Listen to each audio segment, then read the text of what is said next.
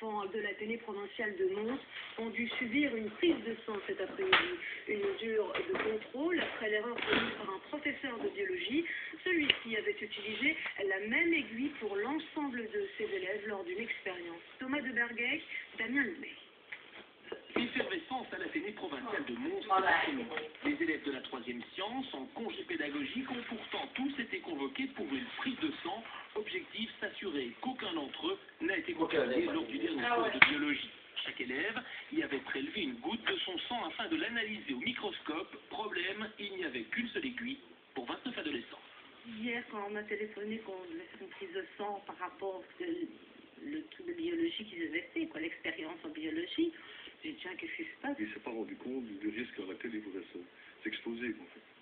Voilà. Donc, j'espère pas. Les risques sont infimes, d'accord, mais enfin, on verra bien.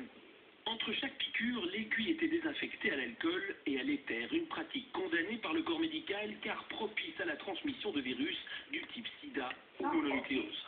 La province, autorité de tutelle, juge l'enseignant responsable de cette erreur. En 30 années de carrière, il n'avait jamais fait parler de lui.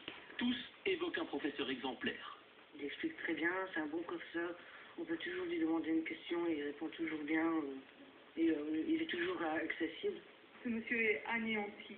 Vraiment, à aucun moment, il n'a vraiment pensé mettre en danger les enfants dont il assume la responsabilité.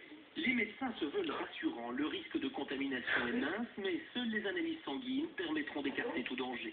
On vérifiera dans un avenir proche si effectivement les enfants sont restés sains par rapport à cette première prise de sang. Donc on effectuera probablement dans les mois qui vont suivre, dans 3 mois plus ou moins, une seconde prise de sang pour être sûr qu'il ne s'est rien développé entre-temps. Mais je vous dis, le risque est tellement faible que je ne crois pas qu'il y a lieu de s'inquiéter. Il y a fort à parier que ce genre de procédé soit fréquent dans le milieu scolaire. Une enquête interne évaluera la faute du professeur et une procédure disciplinaire à son encontre reste possible. C'était la pagaille.